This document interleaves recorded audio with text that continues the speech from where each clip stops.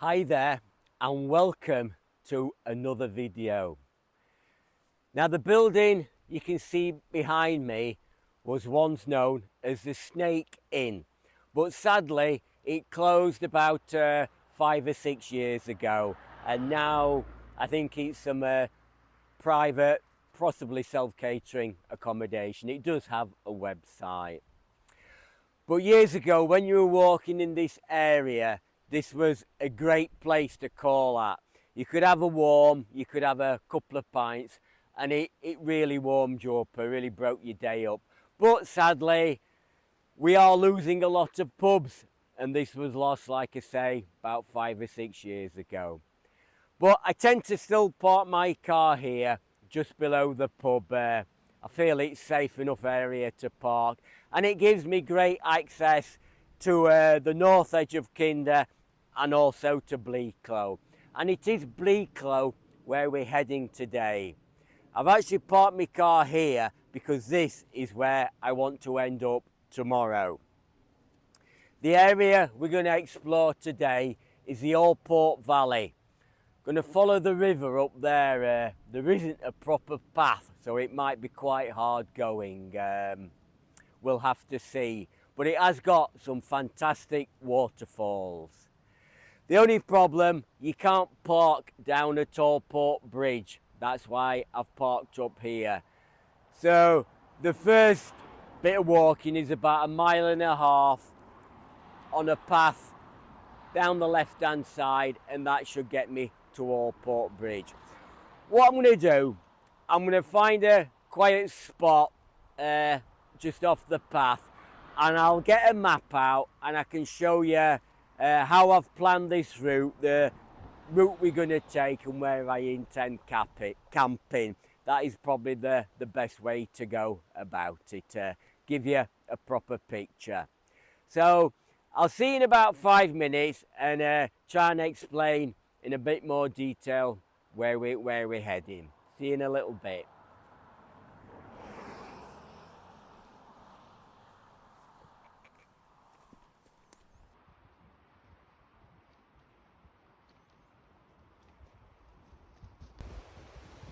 So this is a map of the area. There's the Snake Inn. I've parked my car just below it. And that's actually where we want to be, Alport Bridge, to start our walk up the river. So there is a path going all the way down the back here. So I'm going to walk down there. I've got to get down to Alport Bridge, where we know I can't park at all. Once we're down at Alport Bridge, we're going to follow the River Alport all the way up.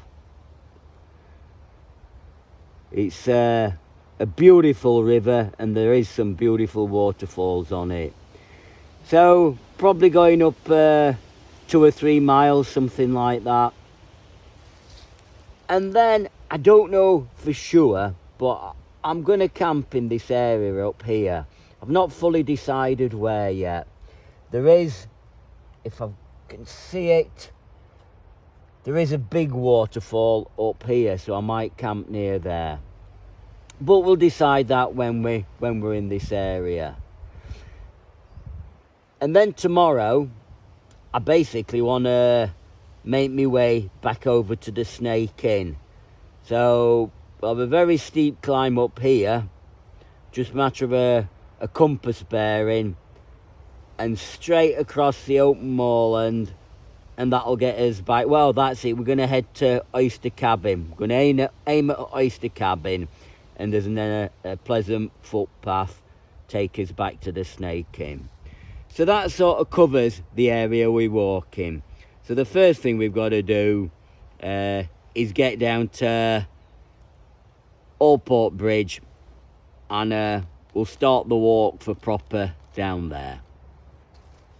But this is basically the start of the Alport Valley, where the River Alport flows into the River Ashup. If you're ever driving along the Snake, you'll recognise Alport Bridge easily. It's where the roadworks and traffic lights are, where they've had the landslide and we've had traffic lights on for about the last, it might be 3 years or longer. They just don't seem to be able to get it repaired. But yeah, easy to recognise, but nowhere to park. Anyway, we're down here now, so we can start the walk proper really, and we're gonna walk up to, I suppose it's called Alport Farm, and then we'll branch off there and head up the Alport Valley. Have a look at all these waterfalls.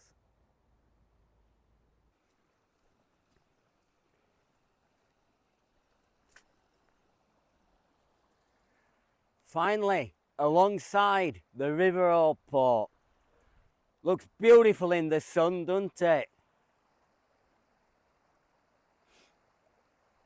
Well, all we've got to do now is follow the river up the valley.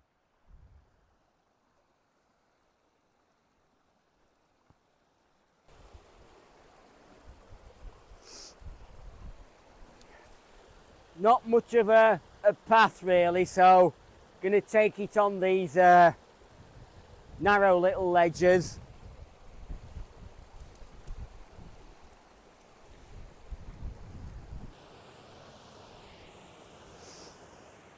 First proper waterfall.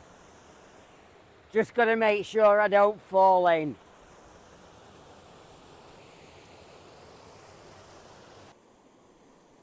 And yet more waterfalls and a lovely plunge pool for you wild swimmers out there.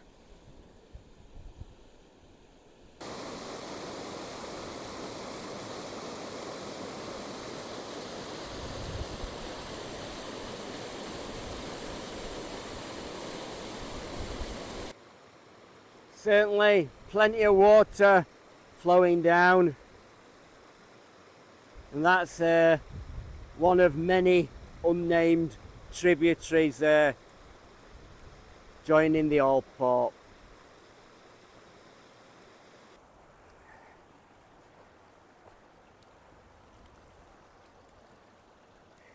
Due to the steep sides of this terrain, every so often you've got to swap bank side to make it easier. And this requires a skill known as river hopping. Now, river hopping is best learnt at an early age. It requires a certain amount of foolhardiness. Just go for it, and the ability to walk on water. Now, luckily, I have plenty of those 3 attributes, so this shouldn't be a problem at all.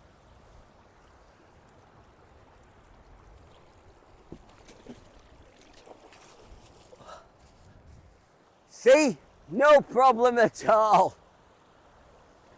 I only just made that.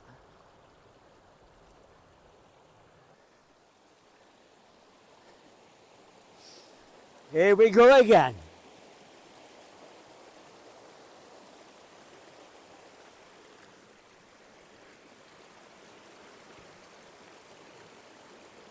Just go for it.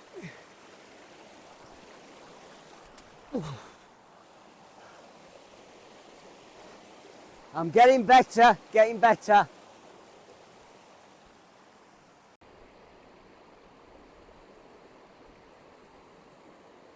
And yet more waterfalls and a lovely big plunge pool. You would not get me in there for anything. I know people enjoy this wild swimming, but no way is my poor body going in that water. Looks like got to try and skate past on this right hand side now.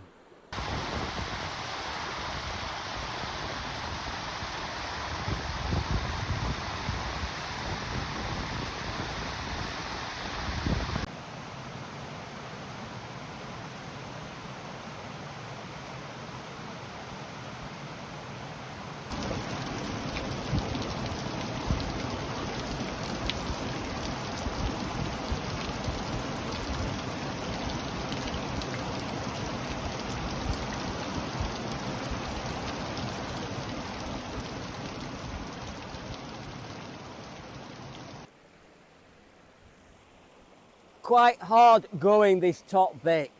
Very steep. Places you can't get across, so you're walking on the edge of the river. It's really hard. Hopefully a couple 100 metres and I might be clear of it. But there's no rush, so I thought I'd stop.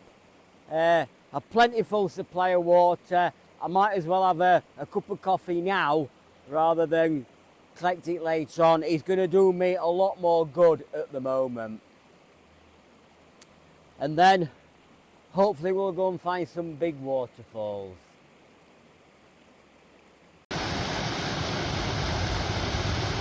Yep, more waterfalls. And somewhere here I have got to get across the river and it don't look good.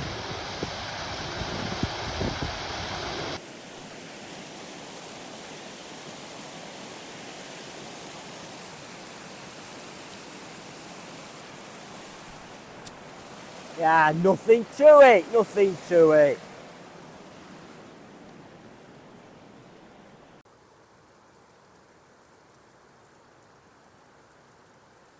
Well, I'm fed up of crossing the river now. As soon as you cross it, you get 100 yards, you've got to cross it again. I've got steep sort of valley sides both sides of me here, and it's a choice of clambering a couple 100 foot up or trying to get up the side of the river. Well, you ain't got much path here. One slip and I reckon you're in it.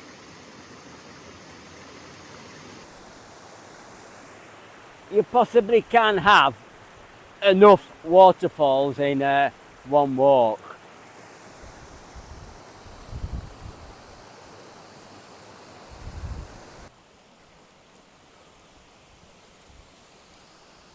Wow, look at this.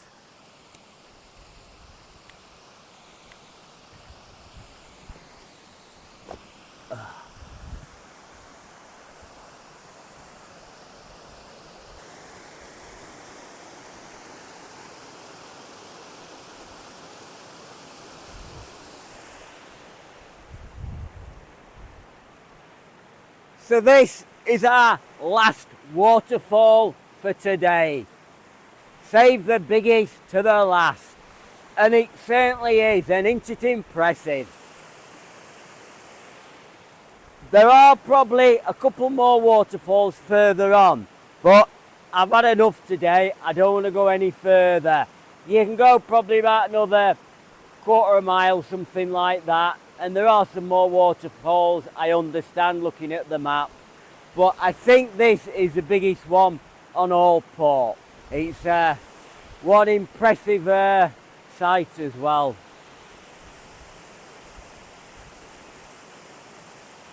Now, a dilemma. Where do I camp? That's what I've got to think about now. I could camp here, and I might do. But I don't know if the noise of that thing's going to drive me mad.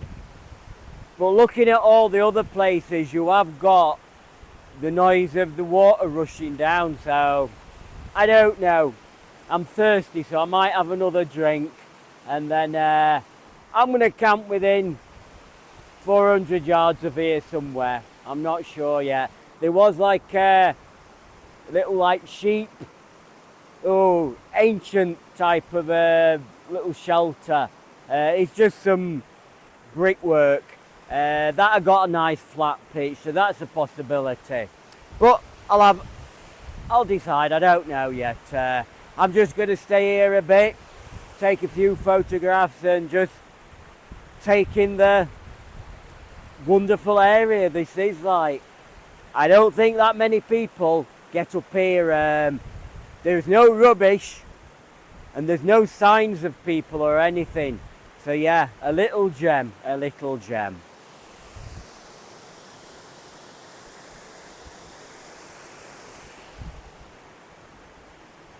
I'll catch you in a little bit.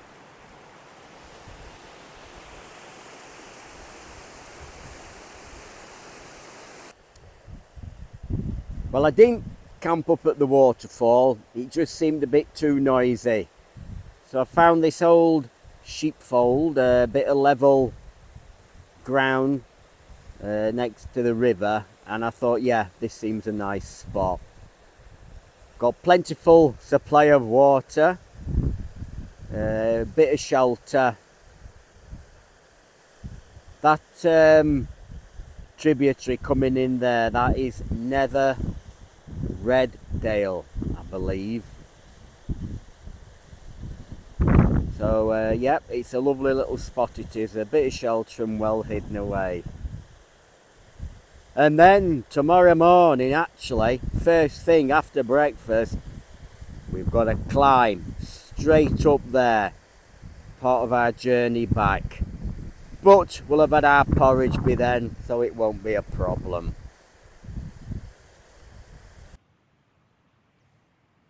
All settled in, and it is a lovely spot, this.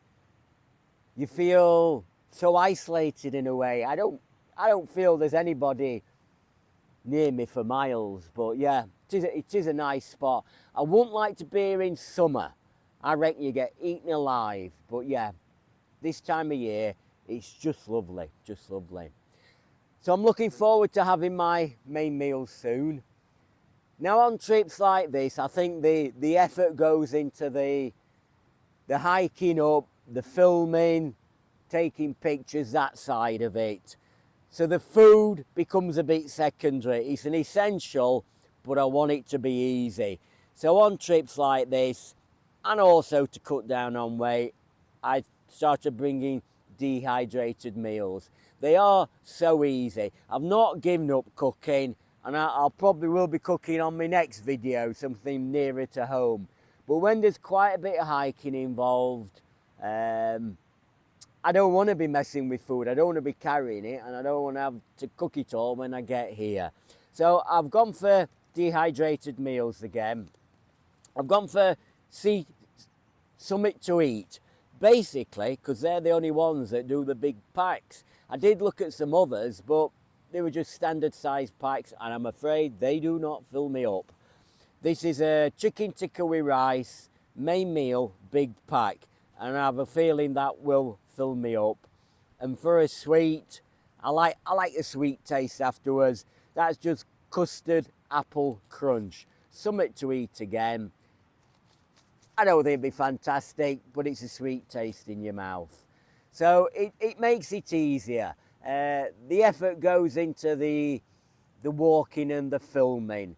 All I want to do when I'm in camp is take it easy and relax.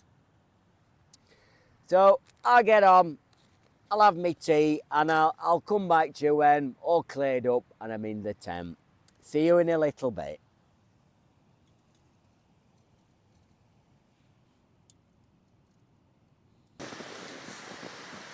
All safe in the tent now. There were a few midges out there, I might add, as I was finishing my tea. One managed to get me on my finger, so I thought I'd better come in the tent. Now, whiskey to talk about now. Jameson's Black Barrel. Now my son bought me this, I think I said, last Christmas, and I never got around to drinking it. It did bother me when I saw the bottle was black, the box was black, and one of the barrels, the bourbon barrel they matured it in, was double charred, and I was worried it might be smoky. Anyway, I did try it, and it was not at all. No smoke at all, and it was very nice. So, I did actually pour a drop here to try. I thought I'd pour it beforehand. A little bit darker than your normal Jameson's, but it is supposed to contain a lot more pot stilled sherry cask whiskey. But the nose is very, very sweet and fruity, and obviously distinctive sherry taste.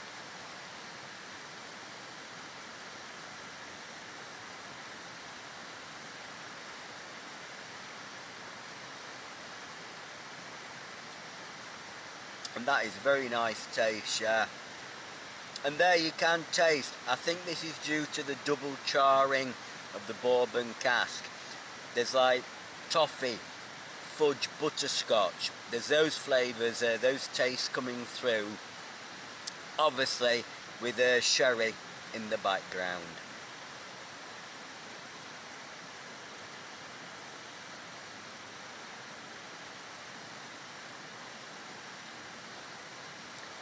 And a nice lingering finish, bit of sweet vanilla, and obviously the sherry. And the taste, yeah, it does linger, the finish, so it is very nice. I'm not sure how much it is. Obviously it was bought as a present. I just put that down. I did look in duty free the other week and it was about 40 quid, so I would say it's a cheap one, but it is a really nice whiskey, and it's one I might try again. But we've got a few glasses to enjoy tonight. Now the other thing, a couple of things I wanted to talk about. The one that I know a little bit about is maps. Now I have my own way of navigating when I come out on these trips. I do like a paper map. I know everybody has probably gone digital, and I honestly can't cope with digital. I don't fully understand it, and I've always had a paper map. A paper map, a compass, and that's my tracker, but I get an accurate grid reference anywhere with that. With those sort of things, I can't get lost, I'm alright. So, I've always had a paper map. Quite often I never look at it. If I come up here, I might look at it tomorrow to go by, but I very, very rarely look at it. You tend to get to know your way round. I find the time I do want to look at it is usually when it's all going wrong, it's low cloud or it's drizzling, it's raining, and you take your paper map out, and with a few minutes it disintegrates, and you're relying on it. You're relying on that map, and it has happened in the past. So what I've done from that, I have OS maps online, so I can print any little bit I want. So that covers the area we walk today and tomorrow. So what I then bought was an encapsulator. Show you a picture of that. That's my encapsulator, probably about £20 off Amazon. Some of the little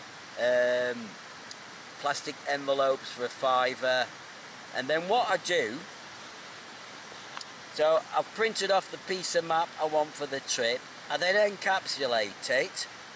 Hardly cost very little, and quite often I'll fold it up, and that is literally indestructible now.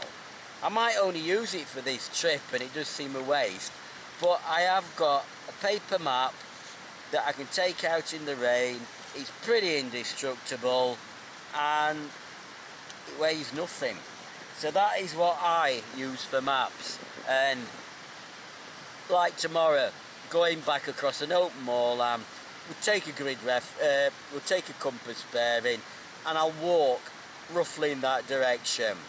If I find out I've gone wrong, I just get an accurate grid reference off that, tie it up with the paper map, I know precisely where I am, and then I can correct it and get to where I ever want to go.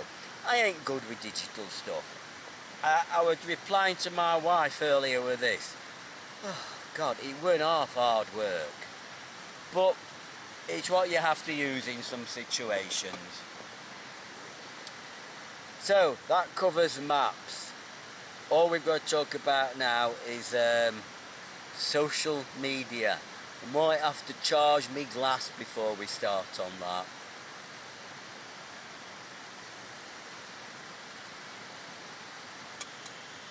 We'll have a quick chat about something I know very little about: social media. Now, briefly, how I understand it, there's WhatsApp.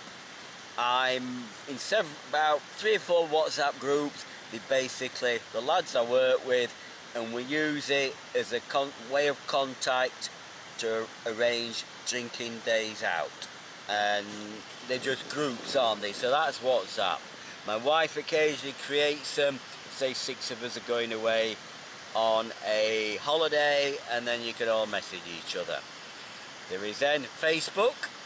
I did for a period, the last couple of years, I did put quite a lot on there. Basically holidays while camping, but you only invite certain people, so you had only got a small group looking at it, and I don't think anybody were that bothered about looking at it, so I haven't really put much on Facebook. I've sort of given up with it a little bit.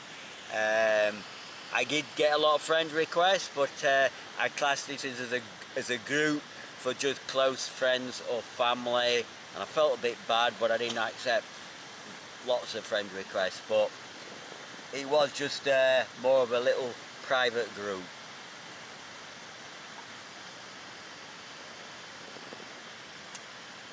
So then we've got YouTube. Yeah, I know about YouTube. Well, no, I use YouTube. I don't know much about it. It's made me go out, do lots of things I wouldn't have normally done. It's created a lot of, if I could call, social media friends, people that have replied to my videos, commented on for 5-10 years, and you get to know these people. There's a bit of conversation between us, and yeah, I do enjoy YouTube and making the films, the filming, the editing, and the interaction with the viewers, with the comments. Now from that, I follow several people on YouTube, and I noticed everybody was disappearing. And then I started looking around, and I found them all on Instagram.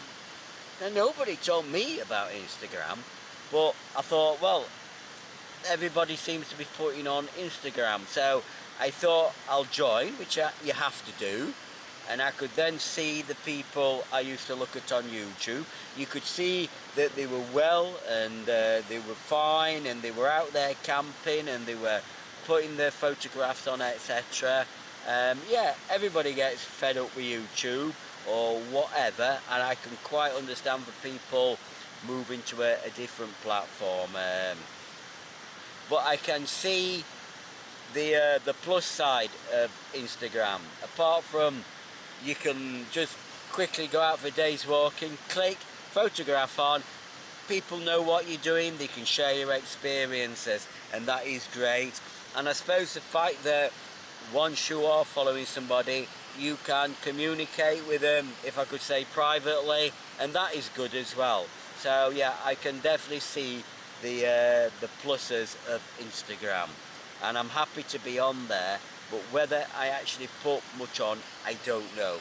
I find doing a video sometimes can be enough light. It's been lovely talking to you, and I do appreciate your company, because it's going to be very quiet in here soon.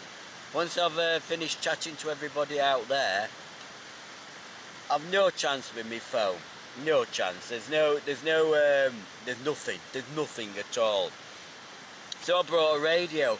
I can't even get anything on my radio. I've got an FM and an AM channel, and I've a feeling I could pick something up on AM. I'm hoping it's not sport. I would just like a bit of music, that's all. So I'm hoping to pick something up on there. But I think because I'm in a steep valley, there's no signal, nothing coming in.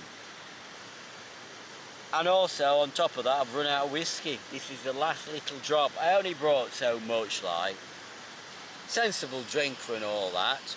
I don't want to go mad. So I only brought so much, and that is the last little drop.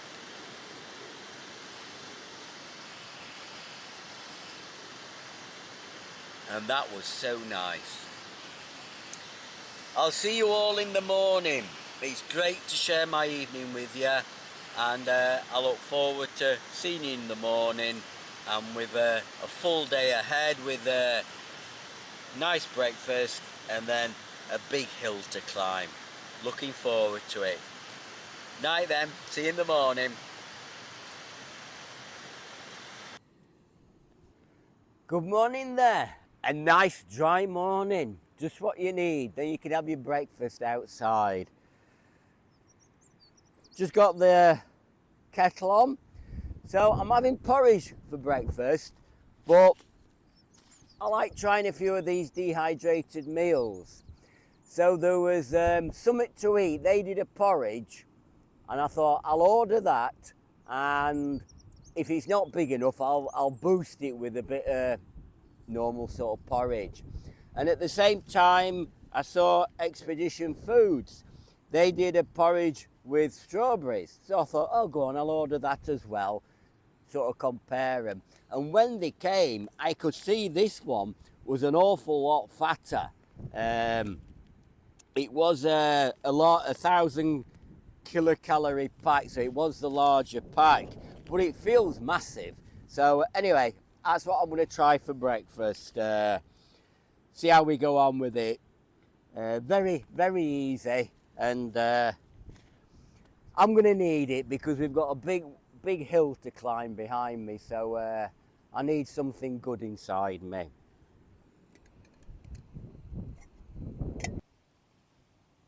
Certainly very nice, very sweet, and yeah, I've got a fair bit there. I think when I've eaten that, I'll be fairly full. So this morning, oh God, first thing, we've got a river crossing and a hill to climb. A river crossing first thing ain't good news. I'm not all loosened up with them. Everything packed away and the site checked, and yes, a lovely spot high up the Alport Valley. But time to head off now. Just swing the camera around. As you can see, there's pretty steep sides on the far side of the valley where we want to go. That is Nether Reddale Clough. So I'm going to try and cross the river there, and then I think I can make my way straight up there onto the top.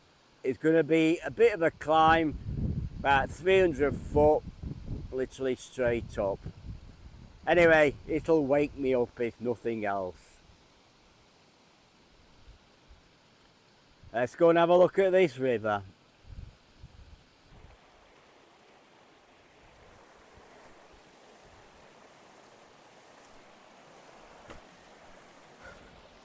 Let's go for it.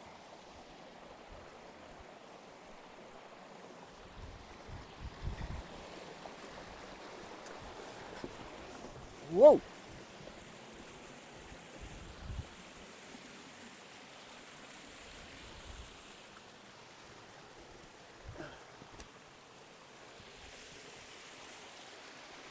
Made it.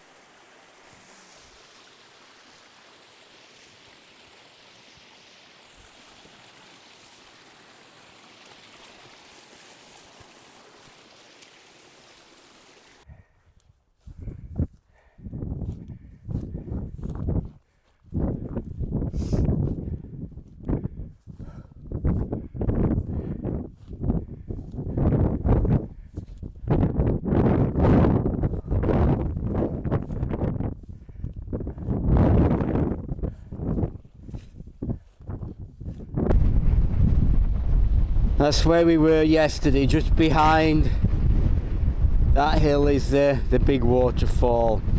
And if I just sweep round here, bottom right hand corner, you can see the sheepfold and the patch of grass where we slept last night. Lovely little spot that. Anyway, a little bit further to go till we get on the top here. Right, on top now. A lot breezier up here.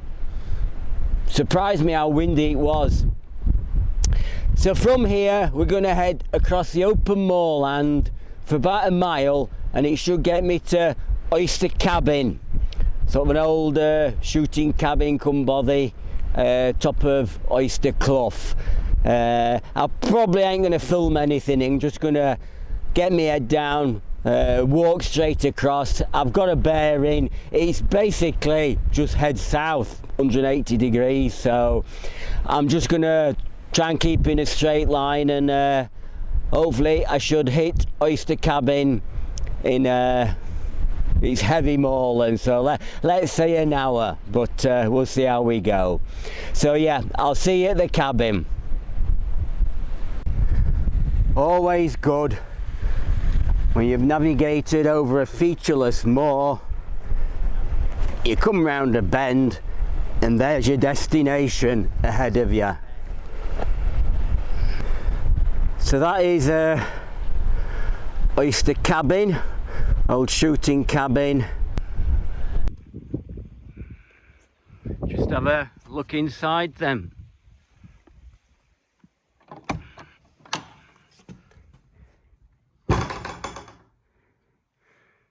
So that's inside the cabin. As you can see, very clean and tidy. Everything in its place. No litter, no nothing. Really well looked after. Even got some flowers on the windowsill. And there's a large assortment of past logbooks. Just have a look at the present one, 2025. My entry, I was here the 14th of July, complaining about the heat, I see. Things don't change.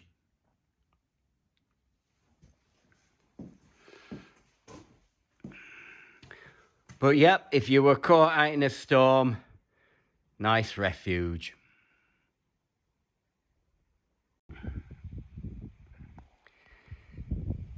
So from here, we've got a nice walk down Oyster Clough, following that path on the right hand side, and that'll take us back to my car at the Snake Inn. I'll have a last word with you, probably near the Snake Inn, find a quiet spot in the trees. Nearly back down now, just behind the Snake Inn. So I'm probably only a couple hundred meters from my car. But what a fantastic camp. That had got everything I want from a wild camp. You got the fun and the excitement of following the river up, all those impressive waterfalls. I always thought Fairbrook had the best waterfalls, but now I'm thinking Alport, that's the place for waterfalls. But the whole camp itself, the location I found to camp, the weather was kind to me. There were no midges. I can't think of anything else I would want from a camp. It was just perfect, and I love the hiking as well. So I'll be back in, I think it'll be November now, and yeah, I might camp a bit more local and do a little bit of cooking on that one. We'll have to see. It's me mind. I changed my mind what I'm going to do, but yeah, I look forward to doing perhaps a bit more cooking and that. But yeah, I hope you've enjoyed this one. Just think, I must have crossed that river about 10 times. All those successful river crossings, or were they? Anyway, thanks for watching. I'll leave you with a last little bit of footage. Bye then.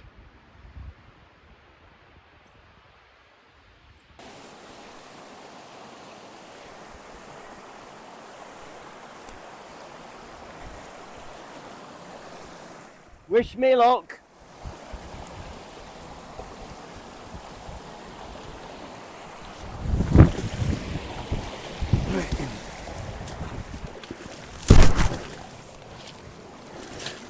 Mm-hmm.